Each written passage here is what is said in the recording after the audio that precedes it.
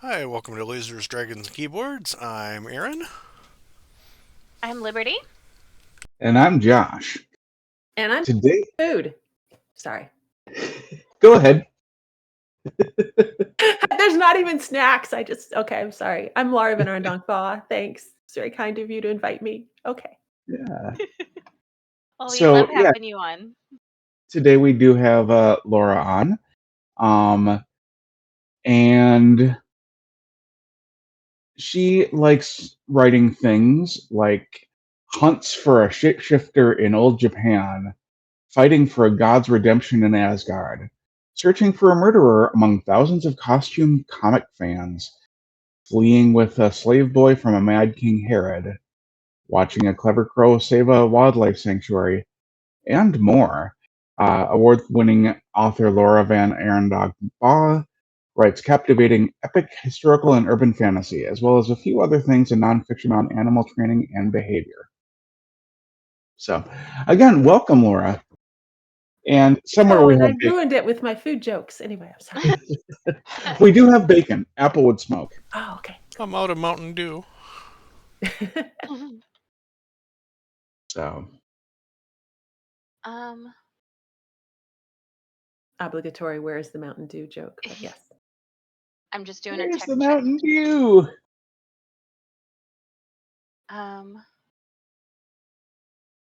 Aaron, can you double check that We're we're like actually super online? organized. It says that we're streaming. Yeah, but I'm not getting anything. That's the weird thing. I blame Twitch. We are professionals. Yeah. Well, if Twitch isn't showing anything, we can always restart, and I can just record it separately and upload to YouTube if we're not actually on. Yeah, was this a live stream? It's I missed supposed to be. Okay, supposed to be. sorry. Clearly, I was not doing a good job of paying attention. Yeah, it's supposed to Yeah. be, but apparently Twitch Okay. is having issues. Do you want to check it? Because I'm not getting anything. Yeah, let me check it. Hang on a minute. Did you? There. Because it's saying that we're live, but I'm not getting anything. Weird, because OBS says we're streaming. It's showing in. I brought the tech gremlins with me. You I'm did, sorry. I know. It's showing that we're recording there. It's showing upload speeds. Yeah, it says we're live. Yeah, but I'm not seeing any video. That's the thing. Weird. How do we get to the thing for the thing? Come on. I'm trying to just double check it on my end here, but why is Twitch being dumb? It's not really a Twitch stream if somebody doesn't be like, hang on, am I on? Yeah. Yep. Normally don't have any problems with it, but it seems to be flaking out today. Yeah, I mean, I'm Okay. getting video on my end. Okay. I'm There showing we- video on my end too. Here it's showing. Okay. Okay. There we go. So Yeah, apparently it's just Liberty who's apparently working it for all of us.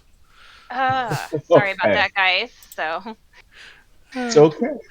So yes, So- yes we are live. So, Maybe. yes. Welcome, Laura, to the chaos. Feel right at home in chaos. yeah. Chaos is Oh, where good, I because we dwell. got plenty of it here. Apparently. So yeah, why don't you go ahead and get us started, Josh?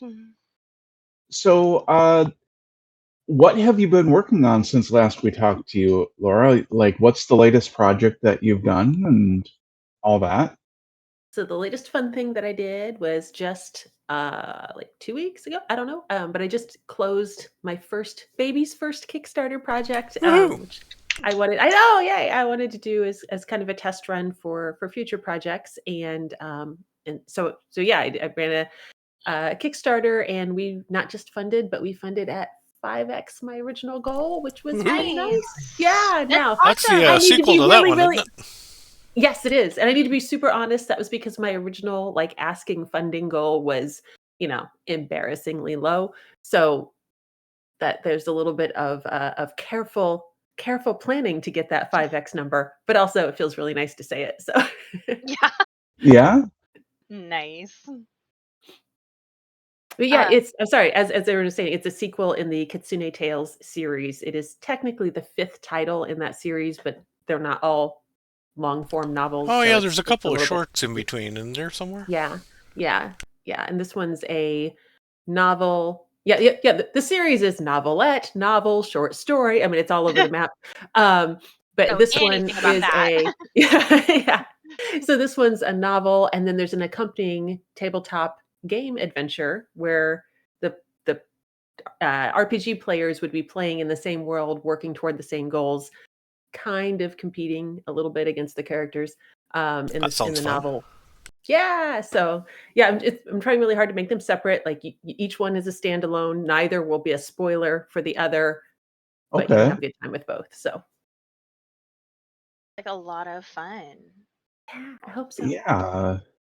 Nobody threw food during the play testing. That's like my measure of success right there. So So wait, question. That's great. Is the measure of success that they do or don't throw food? Because oh, if they throw food like because they're having a good time, that's fine. If they throw food okay. at me, who was there taking notes to make sure the game flow was where I wanted it to be, then that's a little bit of a problem. So yeah. Fair enough.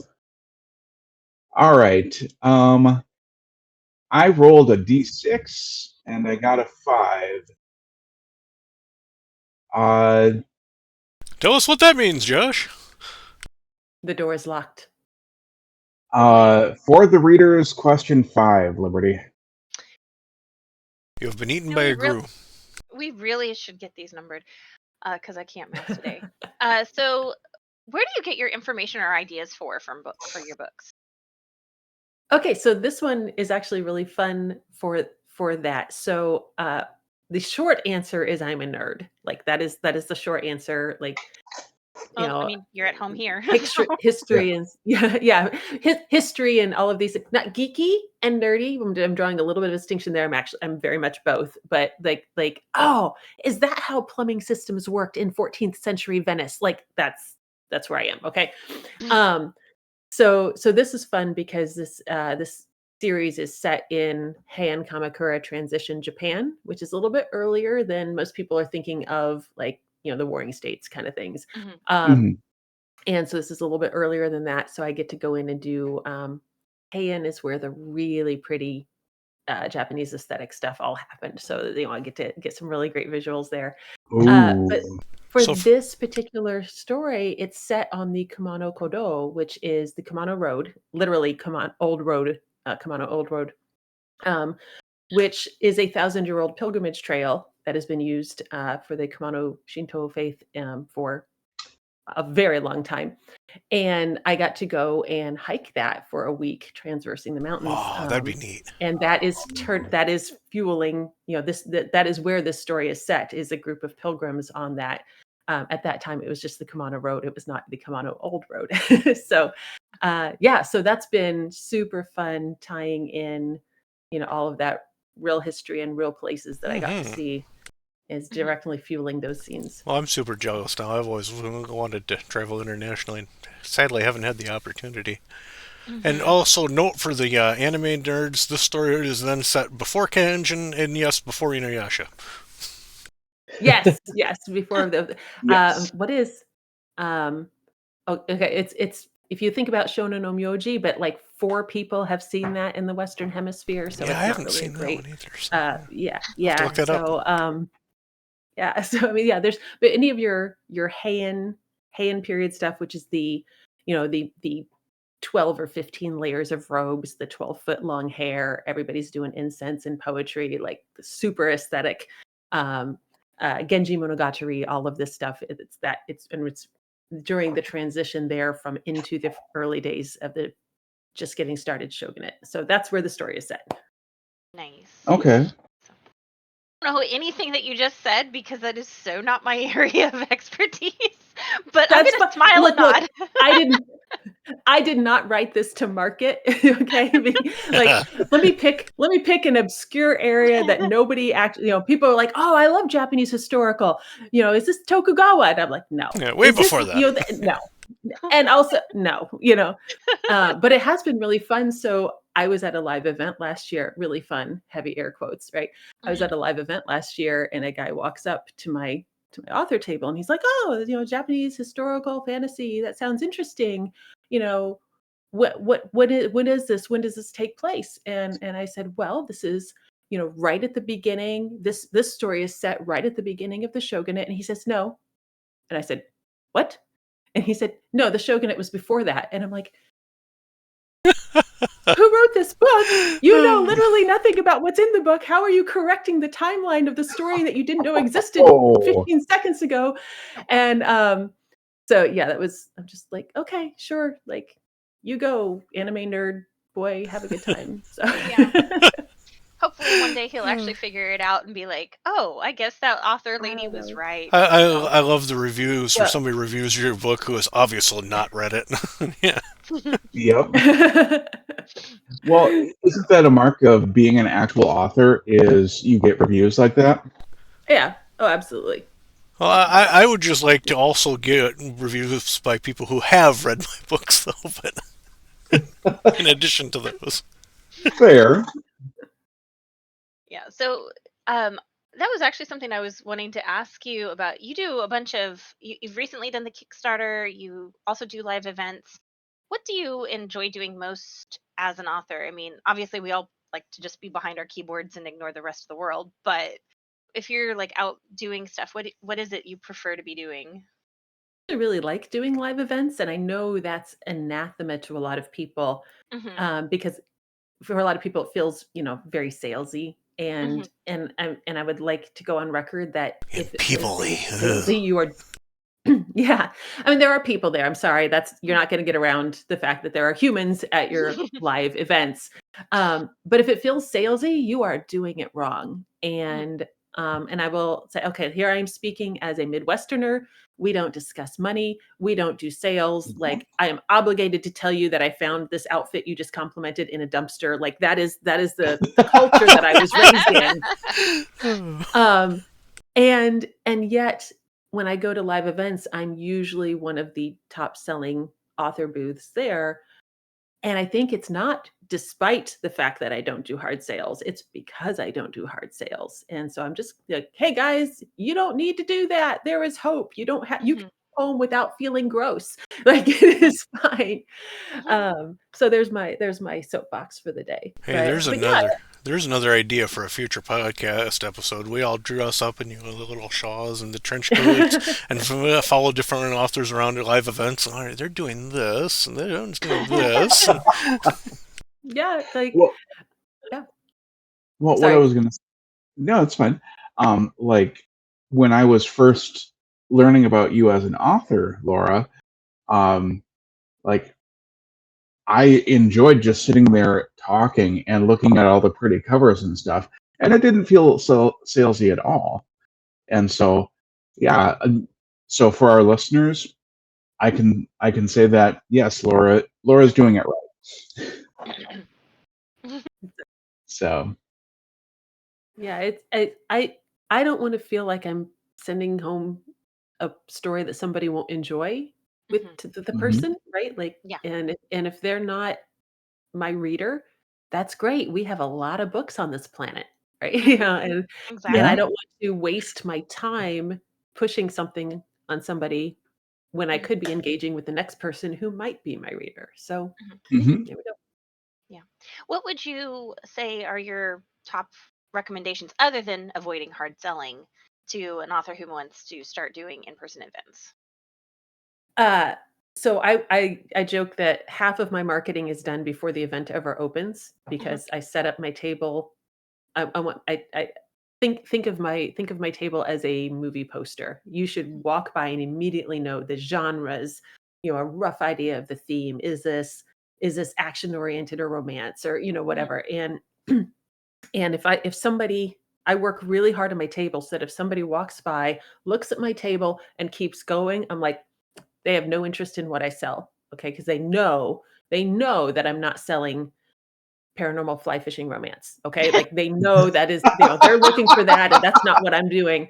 But if somebody stops and kinda looks at my stuff and goes, "Huh, okay, that's a person who's interested in epic fantasy. Okay, and I've really worked hard to make the space scream my genre and themes. Mhm. And and I think that's where a lot of people, they're guys, just go into really themed spaces. And I don't mean like your table doesn't have to look like Disney World. That's not my take home point here. But color palettes, design, layout. I've got a fleece, a sheep fleece that's draped across my table, so it just kind of gives it an old world feel, as opposed to, nobody's looking, oh, there's a sheep fleece on her table. She probably writes cyberpunk. Okay, like these things are, you can do a lot to set the Yeah. tone that's somebody's going to take in less than 2 seconds of visual, and Mhm. that just saved me 5 minutes of talking. Mhm. So, yeah. Nice. Note to self: do go ahead and order those standees of my figure characters. I mean, yeah. Not I know authors, I don't have them, but I know authors who do. And oh my gosh, like there's a whole little niche for people who do romance, who have standees so people can get their photos taken with their book boyfriends and Oh yeah, stuff. there you So, go.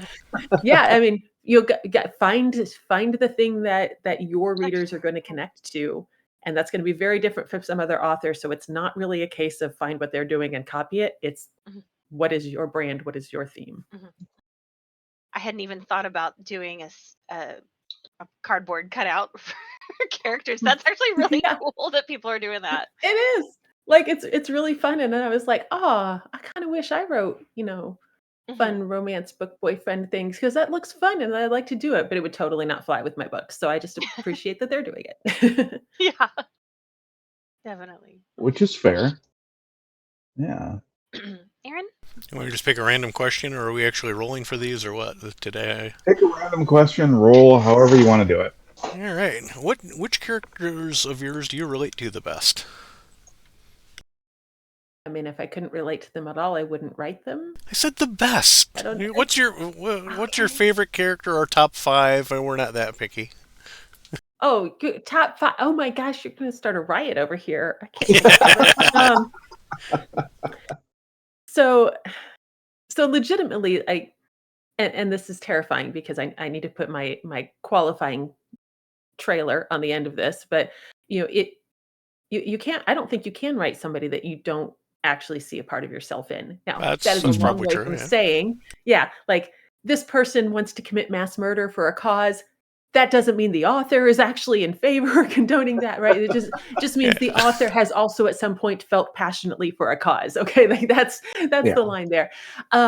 But uh yes, and this is probably something that I should not detail on public record. Uh But there have been cases Fine. when I wrote something, and then years later I looked back and I went, "Oh my gosh, that was an autobiographical scene, and I didn't realize I was processing that there." So I think a lot of it is, we don't always know that we're doing it. So, Mhm. um, and this is me just delaying desperately so that you don't stick me for which character is my favorite, because that's Mhm. really not going to happen. That's fair. So yeah, yeah. Yeah. uh, yeah, it is really fun though. Just uh, is I think I have a pretty broad spectrum of types of characters. I definitely have themes and tropes that I return to, but I feel like I have pretty distinct people, so it's fun because I get to be a lot of different people. I understand that. And Mm-hmm. I definitely relate to the whole autobiographical situations and stuff. I have found that I've done that a lot in my own books. Um, Maybe amped up the stakes a little bit, amped up the situations, but definitely have recognized that I have definitely done a lot of autobiographical stuff. And it's Mhm. like you're just processing things. So, and It was making cool fiction.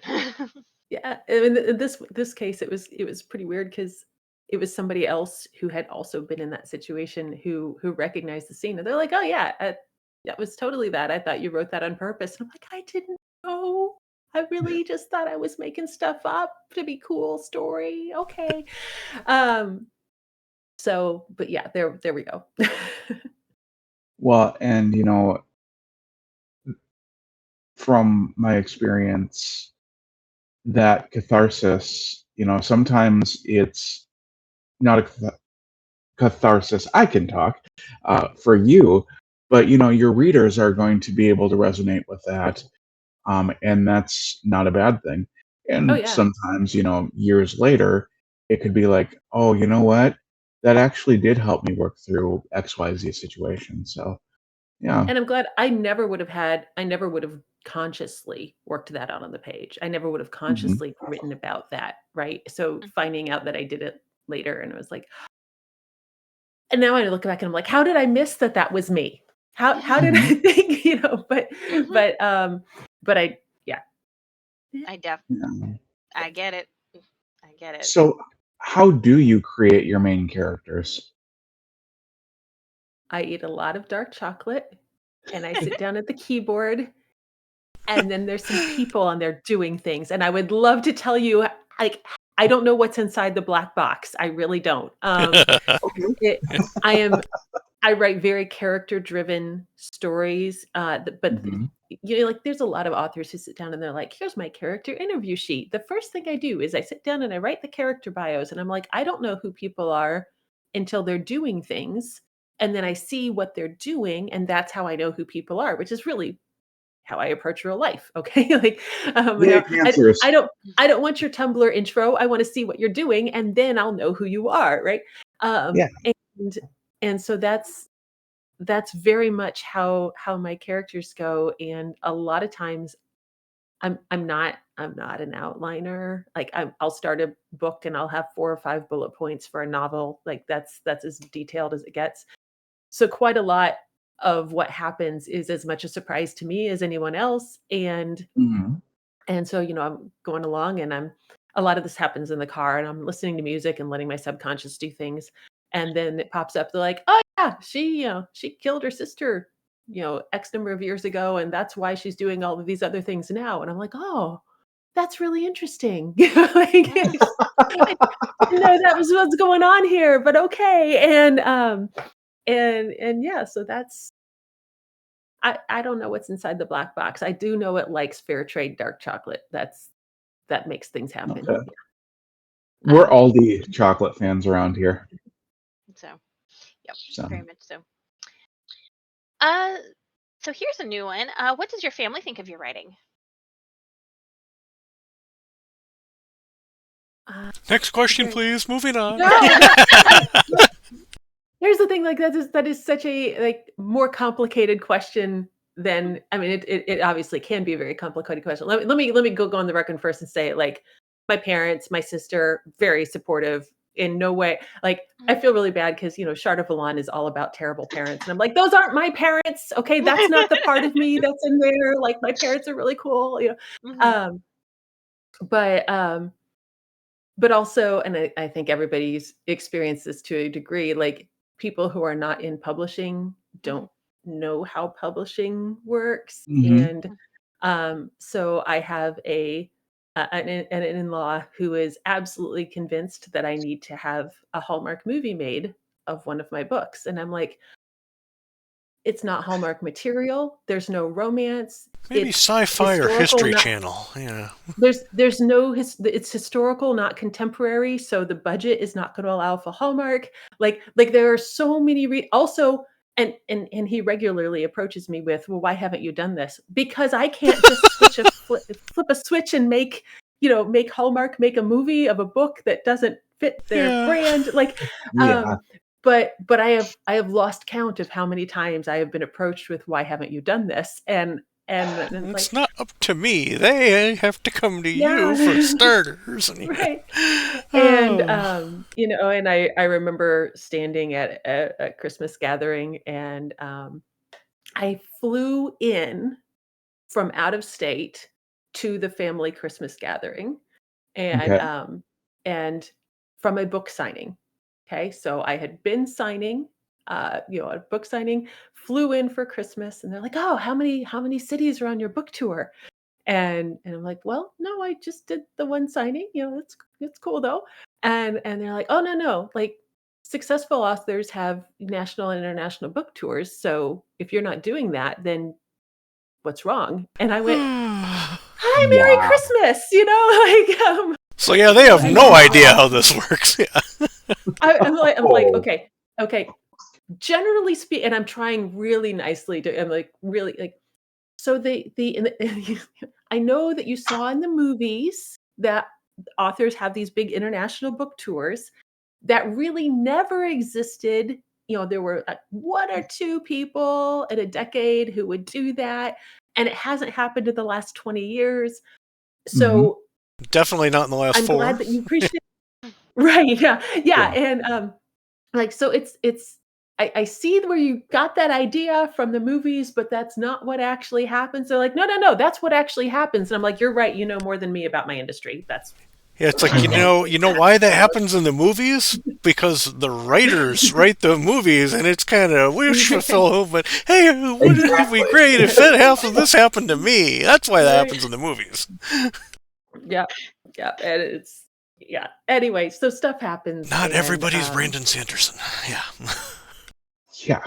Brandon Sanderson also does not have international book tours. Like does he No. go to events internationally? Yes. Does he just take off for 3 months and city hop? No, because the man has to sit down and write books. Okay? Like, Hmm. you know, Yeah. Yeah. yeah, and yeah, he's got a very active, event schedule, but his publisher is not footing an international tour for him, and those are Mhm. really different things. Oh So, yeah. Yeah. Mhm. Oh yeah. yeah. So anyway, like there's so many stories like in the same day, the same event. Like, oh, I heard you came in from a book signing. My friends have written books. None of them are published, but it's the same thing. And I'm like, Merry Christmas. I'm gonna eat some chocolate over here. Yeah, I've had one. Former coworker. Somebody talking something about a real writer, not like you, and then move on. It's like, dude. Ouch. Yeah. Yeah, and that's the classic. I'm sorry, I missed what you said. Not because I didn't hear you, because I'm giving you a chance to say Yeah. something else on the record. Like, yeah, and yeah. Yep. Yep. So Yep. So, again, for the record, my parents are great. That is not, that was not the purpose of the hesitation. It was like, how many people do we throw under the bus and for what reasons? And a lot of it is people have an extremely idealized mythology of how publishing works. Mhm. Mhm. And that is, on the one hand, not their fault. On the other, guys, you watched it in a movie. That's you kind of know that's not real I life. like to Like, keep Mhm. telling people if you saw something in a movie and your only knowledge of a topic comes from the movies, you're probably wrong. Yeah. Hey, like for Yeah. example, if so any movie plot revolves around computers and you actually work in the IT field, this movie is automatically a comedy. It's supposed to be a serious thriller and political, but no, it's a comedy now. yep. A computer scene will come on the TV, and my wife is quiet. I just don't want to enjoy it. Don't say anything. I'm like, but it's funny Yes. because that Yes. could never happen. And here's why. And she's just Yeah. like, just don't ruin it for me. Aaron. Watching a film where there was a contest to award a publishing contract to a first-time writer who had to write one chapter to win a publishing contract. And I'm like, so they have no clue if this person can even complete a manuscript, much less a saleable manuscript, but we can write one chapter in a night and win a publishing contract. And this is why people, then come to you with Mhm. the, why aren't you a successful author? All, Yeah, all the all of one the jokes that go in there. Mhm. yeah one And unedited yeah, chapter or two, by the way. right. The Yeah. whole thing is like, well, writing is easy. Yes, No, it's typing not. is easy. Yeah. Okay. Typing. Yeah. Yeah. Yeah. I would beg to differ. I work in IT, my end. You'd think everybody in IT, you'd be amazed the number of my coworkers. It's like you never Hey, learned to type in this field. Peter Jennings and all of the footage of him typing before he passed for ABC. It was just like this. Yep. Yeah, a So lot of he people. was. Yeah. Okay, but you know what? We have dictation now, so there we go. I don't There's your know. That backup plan. probably the class I used most often from high school is typing. So Honestly, I don't I know mean, if dictation would actually work with all of the crazy character names I've got. So it. There is that. so math there's class, that's people what this is for. people there's a couple of hacks for people who do the fantasy and sci-fi dictation, and some of them just like all of their dictation is the name Bob, and then they just replace Bob in the manuscript. So I can't do that because names are too personal, but that's how Mhm. some people do it. You can Yeah. also train. I actually use dictation a lot for my day job, and I'm trying to use it more so I can dictate on long drives. Mhm. Mhm. For fiction. And so you can set up your library that when I Mhm. say Cthulhu, you know, or whatever, that it shows up in there. Mhm. Um, but yeah, a lot of it is just, you know, Mhm. it's not like I dictate and it goes directly to print. I'm gonna see Mhm. the thing. Oh yeah. Yeah, So Yeah. yeah. editing Well, Yeah. is if you're very doing important. it, if you're doing it right, yeah. Mhm. So Yeah. Yeah. I I hope. just. I really Yeah. hope. Yeah, I know that with one of our D&D games, there's a lot of funny names, and I do driving a lot because that's my job. Mhm. And it's like I'll be trying to respond to some role playing, and it's like, wait a second, that is not what I said, and that is definitely not how you spell that character's name. And I've tried correcting it so many times, and it's like, so I Now, understand. see, the in-game explanation is no, that character just can't spell. Yes. No one can actually agree on the spelling of a dragon's name. That is part of the transliteration issue. There you go. Yeah, we'll go with that. Well, back to a fun question. What animal would you choose as your mascot? I think I am obligated to say the fox because I'm currently doing the Kitsune Tales, That's and kind of what I because was going with. yeah, because of the Kitsune Tales things, people have given me so many foxes, and it's kind of cute. Like I have little stuffed foxes and little fox figurines, and They're like everywhere now, though. I've got one right here. Like Oh, that's adorable. this Oh, yeah, that's like cute. cute. he's a little he's a little placeholder, like Oh, that's place neat. card holder is what I'm trying to say. Place card holder. I guess he's a placeholder too. Nice. I guess I'm sitting in the seat. Don't take it. But yeah. So I have lots of little fox things. So I mean, clearly, I work with animals. Many animals would fit my makes me happy slot, but branding wise, it has to be a fox. Mm. Okay.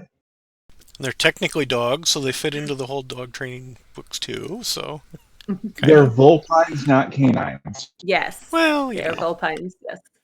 if you go up a level, I like the description of foxes are cat software running on dog hardware. Yes. Yep, yep. Yep. I've heard that before, and I like it. Yes. Yes. So, like we've talked a little bit about this, but do you hear from your readers much when you're out on your world tours? My world tour. Yes. Um, I mean, I'm gonna say like stuff does happen. My world tour notwithstanding, but things do happen that are really kind of fascinating. Last fall, I was at honestly a really dead event. Like I'm not doing this again. It was a bad event. But I had a cool encounter. A guy came up and he's like, "Hey, do you remember me?" And of course, I don't remember you. I'm really sorry, but he came to a signing that I had done 4 years before, hmm, Oh. in 2019, and he came to a signing, and the I was actually at a convention, and so I was there multiple days. He came back the next day with photos from that 2019 signing of, Oh, wow. us getting our photo together and stuff. And that was just really cool. Like, oh my mhm. gosh, I can't believe like how awesome is that he made an impression and he remembered me and all of those things. And I need to jump back and clarify when I was like, of course I don't remember him. The backstory to that is I have prosopagnosia, I have face blindness, I don't recognize people. So that's not just me saying people don't matter, my readers don't matter. That was not the message there. The message there is, I don't recognize people I know. You can play some fun games with Laura with that. It's really true. Yeah. I think the first time we had you on, you remembered me only because I did victory rolls at Realmaker. Right. Like Yep. there's a salient detail there that I can pick out. And it's not that I forget people and people don't exist. It's that I don't recognize which person I'm looking at. So those Right. are, different Yeah. things. Anyway, but yeah, the short version is the phrase, "Hey, remember me?" is like my absolute nightmare fuel. So there we go. And I have to say, sorry, I'm just going to complain for a second. I have had several instances recently where people walked up and said, "Hey, remember me?" And I'm like, "I'm really sorry. I don't remember." And they're like, "Yeah, I know you can't recognize me. I just thought it'd be fun to say." And I'm like, Oh, that's just mean. Oh, that's awful. You knew. Anyway, so all that to say, I thought it was awesome that this guy had photos from 4 years ago Oh, yeah. and brought them back to show me and bought some more books and things, and that's super cool. That is And Great. and that's one of the fun things about live events is you get to connect with people in a way that we would never connect if you just found my book on a shelf in a store, right? So Mhm. don't get me wrong. If you find my book in a shelf in the store, do buy it, take it home. That's fine. But then send me an email and we'll talk. So Yeah, I think you've recognized me by my voice before, and I'm not sure how I feel about that. I mean, everybody's. I've been distinctive voice. told That's good. that my voice reminds me of the Swedish chef from the Muppets before, and again, I'm not sure how I feel about that. I don't think I'm the one who told you that. No, That's you weren't the one who not told me something that. had No, occurred to somebody me. Okay, somebody yeah, else told me like- that. Yeah, like, huh? Okay, but no, I think I voices, mannerisms, those kinds of things are the things that I pick out more than faces. So Which is Like, oh, fair. you're that weird guy. Oh, yeah, that's me. that Which does not one? narrow it down. There are Sorry. two of us in this conversation. See, in my job, I don't get recognized for me. I get recognized either by my hat or my car. It's one of the two. So, Yeah. so you kind of mentioned that you had the Kickstarter earlier, but why don't you tell us about what's coming up? You just finished that Kickstarter at 5X, and tell us about that book and the one after it. So the Kickstarter book is called Only the Dead Face North, which is just a title that makes me happy. So I'm going to say it again, Only the Dead Face North. And that's book Ooh. 5 in the Kitsune Tales. And that's the book and game, corollary set kind of thing. And then the next thing in the pipeline is a epic fantasy series called The Poet's Eye. And Ooh. yeah, I'm looking forward and terrified of of that one, because it's definitely not a fits perfectly into genre niches, kind of story, and I think probably 3 people are gonna pick it up, but I hope 2 of them like it. So that's where we are. So it's epic fantasy, and it's like my other stories, a lot of them we're doing, we have tough situations and morally gray situations to make decisions in, and my antagonist in that story is a sorceress who has murdered her way to the throne so she can save thousands of lives, which she's actually doing. So there's a lot of complex situations Oh. there about how do we take down a person who's actually doing good in the world, and should we, and does it matter how she got there, and things, and that's like half of our conflict in that story. So this is what I'm saying, like, it doesn't fit the tropes, it doesn't fit genre, but I think I like it. There we go. So Like it I'll take has to 5 be copies. yeah, it sounds like it's really cool to write. So Yeah, some of those are just fun to play with sometimes. Yeah. yeah, Yeah. and it's definitely, like I said, I'm going to offend all the readers on one side, because I have characters who are canonically trafficked humans for the purposes of sexual slavery, and they are Mhm. characters in the story. There's also no sex in the book, so these people are really mad that I have these kinds of themes going on, and then these people are really mad that there's no spice on the page, and that leaves me with nobody. But that's okay, because I had a good time writing it. So Yeah. and I think it's one of those where, as I'm writing this book, I'm discovering Mhm. what the themes of the book are. And I'm like, these are things that are really important to me. Like, what Mhm. actually is your value as a human? How do we handle when we've been culturally conditioned to believe this is what gives us worth and then this is not? And, this may not be true. And just all of these things are actually what the story's about, while we have, epic fantasy stuff going on. Mhm. And, but yeah, it's gonna have some heavy themes, but it's not grimdark, and so there's our Mhm. this is why it doesn't fit. This is why I'm probably going to do a Kickstarter for that one, because Kickstarter is a little more friendly to books that don't fit neatly into the genres and Mhm. tropes. That's So true. yeah. Yep. So and you finished the one and you haven't started the other one. So when do you anticipate starting the next one for? I have a plan in my head, but I'm not sure that it's going to. I would like to have the other one running July-ish, Mhm. but I'm fully prepared to adjust that timeline Mhm. based on need, because I do need to complete fulfillment of Only the Dead Face North. Kickstarter won't let me start another project until that one's fulfilled, so I need to get stuff Oh, That out and okay. going with Yeah, that. I'm waiting for my copy on that. Yeah. Yeah. Well, hey, like it says in the Kickstarter, I it'll be know. fulfilled in July. So give me a chance. But that is, and because I don't have, the Only the Dead Face North title was in a series, I could easily say, and here's samples to read, here's previous things, you want to go check that Mhm. out. So for the Poet's Eye, I don't have all that material already, all that sample material ready to go. So if I want to show people the kind of thing they would be supporting, Mhm. I need to get more art commissioned. I need to get some samples up. I have at this point, I have one free short story running around that's a set in that world, so you can kind of meet a Mhm. few of the characters. And I've got another one that will be coming out in an anthology in a couple of months that is a standalone story, but is set in the world. So they'll have some things to show off. Mhm. But I Mhm. need to get those done so that people can see what they'd be looking at. So And that makes sense. Kickstarter has a lot of benefits, but the back end is a lot of work, is mhm. what we've learned. You Yeah. know. Yeah.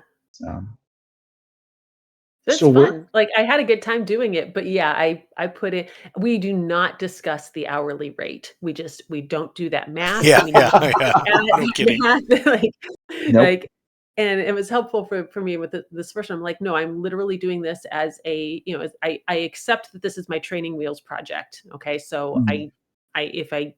if my hourly rate is not good, this is still an investment in my career long term. Mhm. And so that helped, but it was still a lot of work. Yeah, I Yeah. can imagine. So. Yeah, So hourly rate. It's like, wait, you guys make money off this? exactly. Yep. So Laura, where can we find you on the internet? And do you have any events coming up that people can come Stalk say you. hi to you? Yeah, Yeah. yeah, and bring your photos from 4 years ago, because that makes me really happy. Um, Yes.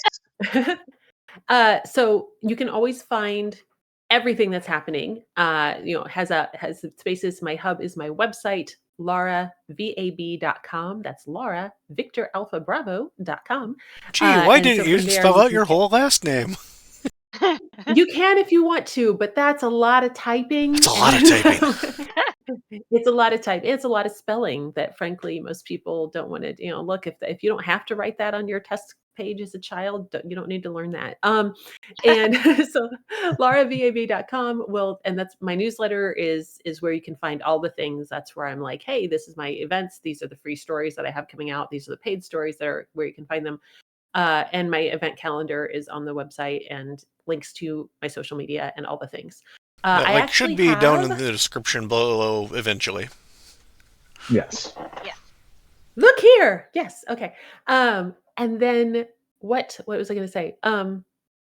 Oh, I don't know how fast this episode is turning around. So what's our timeline? Because I don't want to be like, you can see me at Indiana Comic Con, which was 4 months ago. Well, we are apparently live right now, so if anybody's watching that, we're live now. and then it's going to be up I will be at on Indiana YouTube in an hour or so, depending on how long it takes to so we are update. fast. And then the podcast platforms, I have no idea about those. So Yeah, I'm a little bit behind on getting. Yeah, I'm a little bit behind on getting the podcast up, but either way, I mean, as long as people go to your website, they'll be able to see the updated list. But in the next couple of months, what do you got going on? Sorry, a lot of podcasts, are working in advance, so I just didn't want to say. Oh yeah, I will be at Indiana Comic Con, which was not 4 months ago, but is in like 2 weeks. So please come see me. Unless you're watching this 4 months from now, then it'll be in the past. And then in which case, please now go it's still to in the my future. website and find the updated events calendar. Yeah, I will be. I'll be doing a couple of local author fairs in April and May, and then June I will be a guest at Origins Gaming Fair in Columbus, Ohio. Awesome. So I'll have a table there. I'll be on panels. Lots of cool authors doing cool things there. So please come and do that. And then the biggest event I do of all the year is Gen Con, which is in early August, I think, this year. And that's a lot of fun. That's 95,000 people. Like, there is something for everybody there. Please come and hang out. So where's Gen Con at this year? Gen Con's in Indianapolis. Okay, cool. Yep. And it's local to me, which is fantastic. Awesome. So just down the road. Yeah, are you going to be at Realmakers this year? I do not have plans to be at Realmakers at this time. Aww. Right. I think somebody's going to miss having his table right next to you. Steve. Sorry, yeah. I actually Steve's a good table neighbor. So I'm sorry, Steve. It wasn't personal, Steve, I promise. So okay. We will pass yes, it was. Yeah. So okay. So thank you so much for coming on. We were having a debate before we got started how many times you've been on the show. Josh says it's just this is only your second, but I'm pretty sure you've been on more than that. So I don't know. Thank you for coming back. Come again, that kind of thing. I'm definitely remembering. When I came up with Songweaver's Vow, and I joined the recording session in tears. Like, you all remember that? That was a great day. And so yeah, that's this went smoother, even with the tech issues. So much smoother. Darn tech issues, anyway. So, yeah. Yes. So, well, let's see. Who do we have up next, Josh? An author. So, yes, an author. Next Saturday, we will be chatting with Janine Ippolito. She's a neat person. And then coming up in April, still to be determined, we're going to have Morgan Bussey on. Also a neat person. Yes. Nice. Good run. Yeah. So come back for them. Yeah. Come back and visit us. We'll be getting the podcast updated shortly. Hopefully we'll get back on top of being current with that in the next couple of weeks. Otherwise, we will catch you guys next time. Thanks again for visiting, Laura. Yeah, thanks for joining us, Thank you for Laura. asking me. See everybody later. Bye. Outro.